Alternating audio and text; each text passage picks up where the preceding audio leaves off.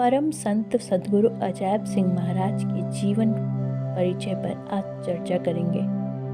कुदरत का कानून है कि जीव जब परमात्मा से प्रार्थना करता है तो परमात्मा संत रूप में मनुष्य का चोला धारण करके इस दुनिया में हमारी मदद के लिए आते हैं। संतों की महिमा को समझना हम जीवों के बस की बात नहीं। संत शारीरिक तौर पर तो दुनिया में रहते हैं, लेकिन उनकी लीव सदा उस परमात्मा के साथ लगी रहती है। हम दुनियाई लोग ज़्यादा से ज़्यादा उनके जीवन की कुछ असाधारण घटनाओं को ही बयान कर सकते हैं। संत अजायब सिंह जी का जन्म 11 सितंबर सन 1926 को महना गांव जिला बठिंडा पंजाब में एक सिख परिवार में हुआ था। आपके माता पिता ने आपका नाम सरदारा सिंह रखा, लेकिन आपके पहले गुरु बाबा बिशन दास जी, जो बहुत पढ़े लिखे थे, शाही परिवार को छोड़कर फकीर बने थे और ब्रह्म के ज्ञाता थे, उन्होंने आपका नाम बदलकर अजायब सिंह रख दिया। बचपन में ही आपके माता पिता का देहांत हो गया था। आपका पालन पोषण आपके मामा मामी द्वारा हुआ। आप उन्हें ही अपने माँ बाप कहते थे। आपकी स्कूली शिक्षा बहुत कम थी। आपने धार्मिक ग्रंथों का बहुत अध्ययन किया। आप में प्रभु से मिलने की बहुत लगन थी, जिसे आप उस परमात्मा की कृपा मानते थे। बचपन में आपके बुजुर्गों ने आपको बताया कि गुरु ग्रंथ साहब ही आपके गुरु हैं। भोलेपन के कारण आप दिन रात गुरु ग्रंथ साहब का पाठ करते रहते, यहाँ तक कि आपको सपने में भी गुरु ग्रंथ साहब ही नजर आते, मगर शांति न मिली। गुरु ग्रंथ साहब को पढ़कर परमात्मा से मिलने की तड़प बढ़ती चली गई। आप परमात्मा को तलाशने की कोशिश में लग गए। आपने ऐसो आराम धन दौलत से मुंह मोड़ लिया। परमात्मा से मिलने का रास्ता बहुत कठिन है, इसमें धोखे भी बहुत हैं। आप थोड़े से बड़े हुए तो आपने बहुत से लोगों से परमात्मा के मिलाप की चर्चा की। कई लोगों ने आपको परमात्मा दिखाने की कोशिश भी की।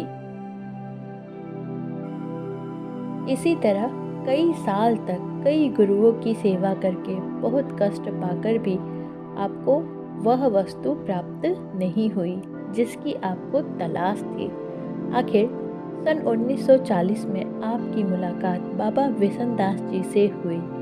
बाबा बिशन दास जी के पास 2 शब्दों का भेद था। उन्होंने आपको रूहानी रास्ता बताया। वह आपके साथ बहुत सख्ती के साथ पेश आया करते थे। कभी कभी आपको थप्पड़ भी मार दिया करते थे, लेकिन आप धुन के पक्के थे। आप जान चुके थे कि इस साधु के पास कुछ असली धन है। आप उनके चरणों में लगे रहे। कुछ समय बाद आप फौज में चले गए। आप अपनी आदत के अनुसार भक्ति में लगे रहे। देश की सेवा करते हुए एक फौजी का फर्ज भी निभाते रहे। जब भी मौका मिलता आप छुट्टी लेकर बाबा बिशन दास जी के दर्शन करने जाते। एक बार आपकी यूनिट ब्यास में थी, तब आपको महाराज सावन सिंह जी के दर्शनों का मौका मिला। महाराज सावन के चेहरे पर ऐसा नूर था जिसे देखकर आपको ऐसा लगा कि आप परमात्मा को देख रहे हैं। आपने उनसे नामदान मांगा। सावन सिंह जी ने कहा, जिसे तुम्हें नामदान देना है वो खुद चलकर तुम्हारे घर आएगा।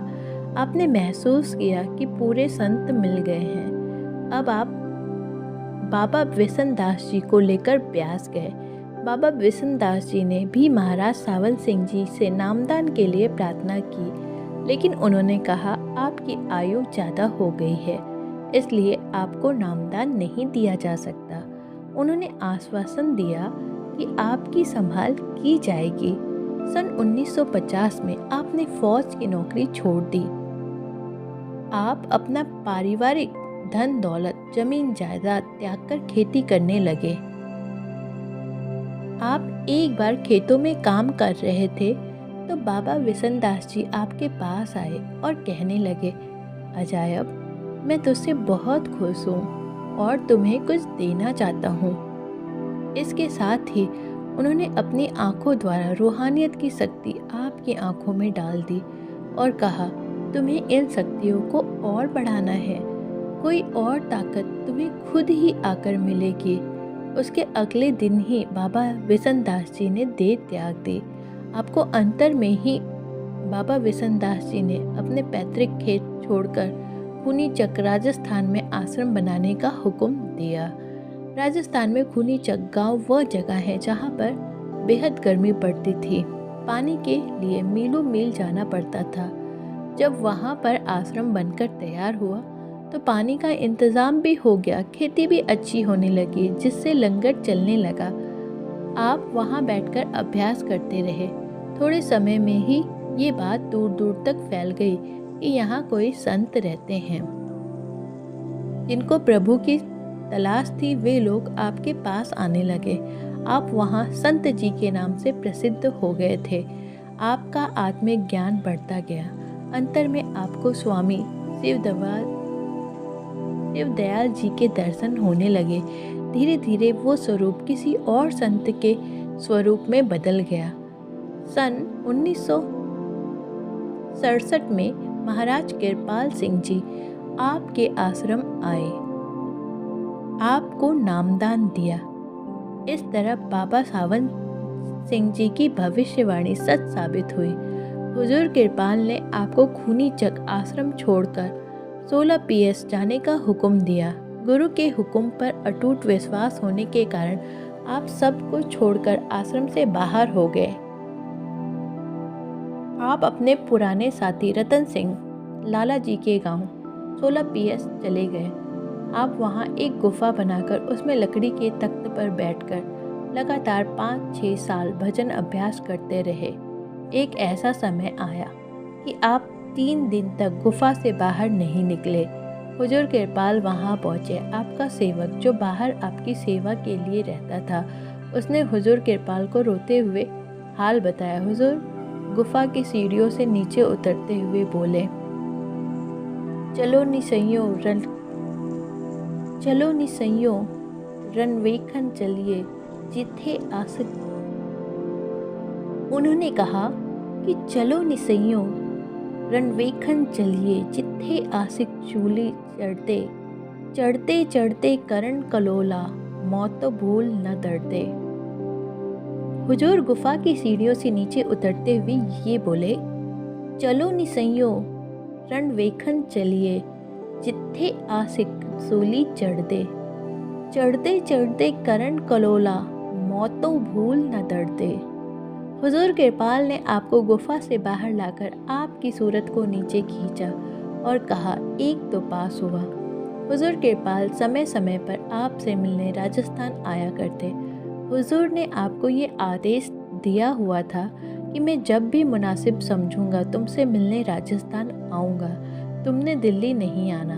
सन 1972 में हुजूर कृपाल ने राजस्थान की आखिरी यात्रा की।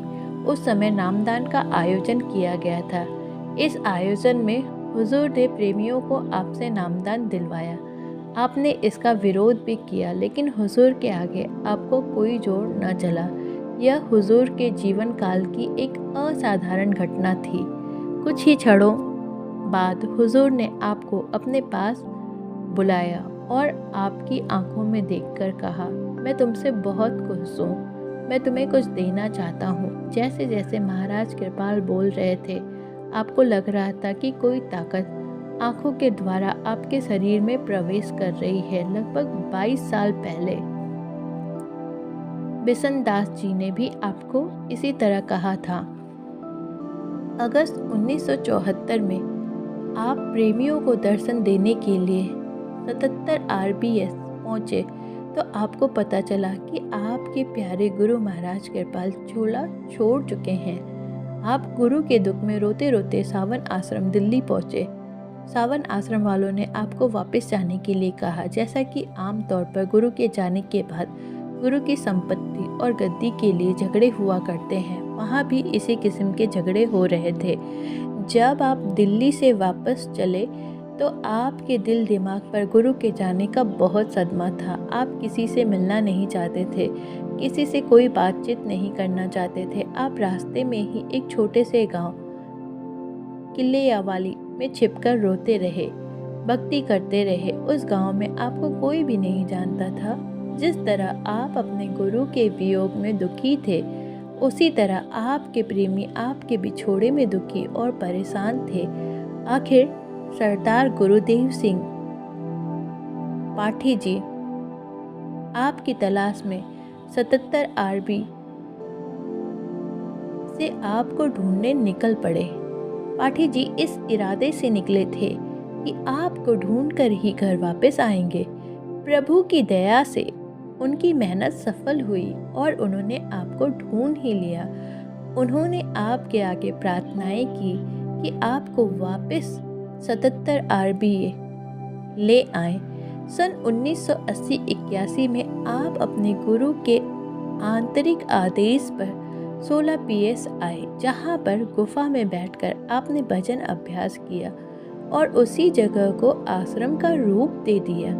आपके बाकी जीवन की कहानी तपस्या, त्याग और भक्ति की कहानी है। आप यहाँ पर अपनी सारी जिंदगी भजन अभ्यास और गुरु की याद में बिता सकते थे, लेकिन आपने अपने गुरु के आदेश अनुसार दुनिया का भला करने के लिए सत्संग व नामदान का कार्यक्रम जारी रखा। देश विदेश के हर कोने से प्रेमी आपके पास पहुंचकर फायदा उठाने लगे।